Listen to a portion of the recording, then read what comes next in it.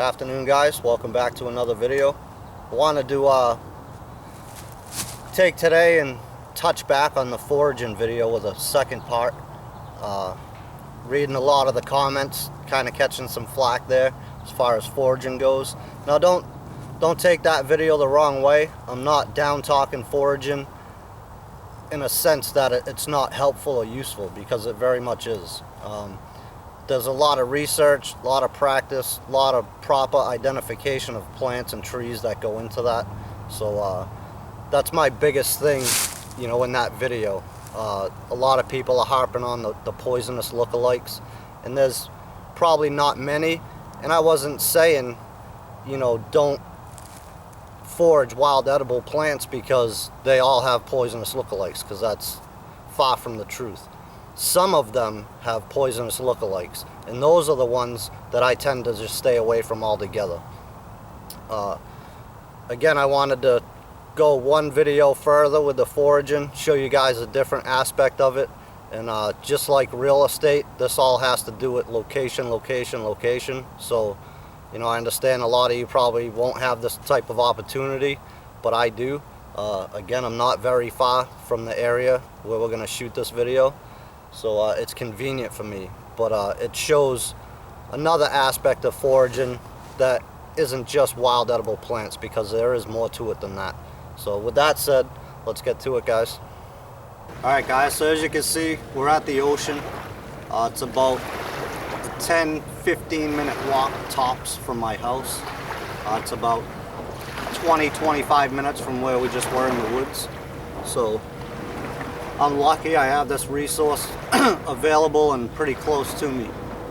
I understand that probably most of you don't, but there are a lot of you that do. So this is the other side of foraging. It's not always just wild edible plants, although there are some here as well.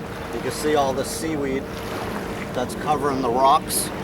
I can't remember the scientific name off the top of my head, so I apologize for that. But I believe it's Japan that sells the most of this stuff to eat, kind of like a delicacy.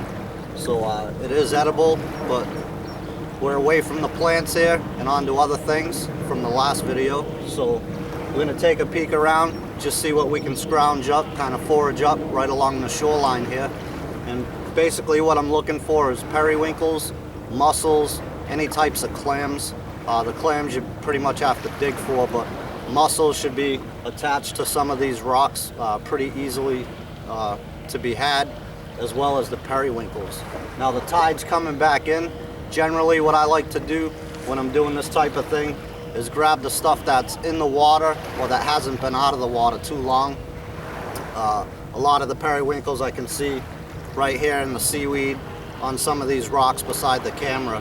They've been out of the water quite a while, so they've been baking in the sun. The sun's back behind the clouds now, but it was out, pretty hot and heavy today, and it has the past few days. It's been in the 90s for the last 4 or 5 days here.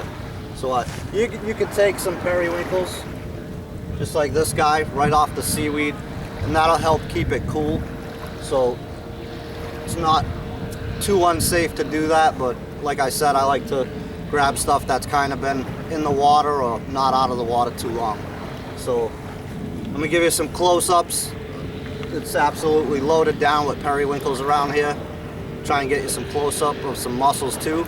We'll gather some of that stuff up, and we'll take it back and cook it up 21st century Woodsman style. So stay with me, guys. Yeah, so I think you can see all on top of these rocks, even this one to the left here with the seaweed. It's just absolutely loaded down with periwinkles here.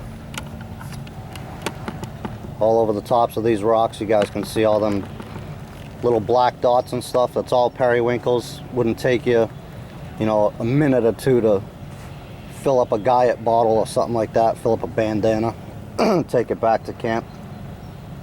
So that's what we're gonna do.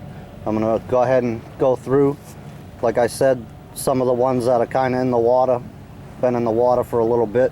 I'm gonna scrounge some of them up. I'm not gonna take too many. I'll just try to get some bigger ones, and then some mussels as well, like I said.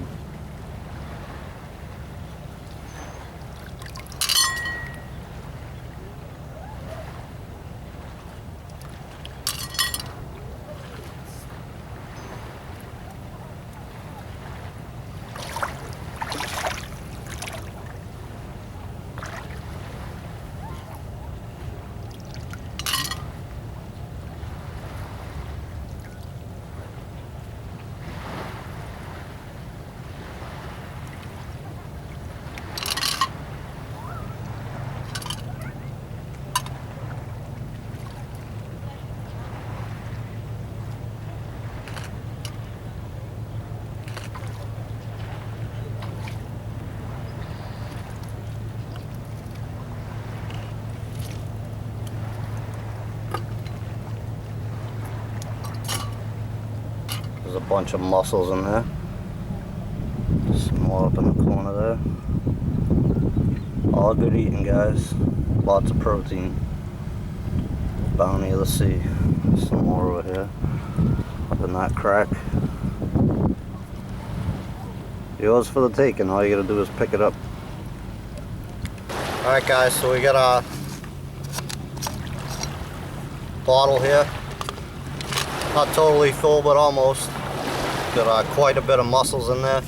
And some periwinkles. Like I said, I went light on those. But you can gather this stuff very easily. And they'll do a lot for you. A lot more than the wild edibles will. So, like I said, we'll get these back. Chef them up. So, thanks for joining me for this second part to foraging. I hope you enjoyed it. Appreciate all your views, comments, and support as always. And we'll see you with another video real soon.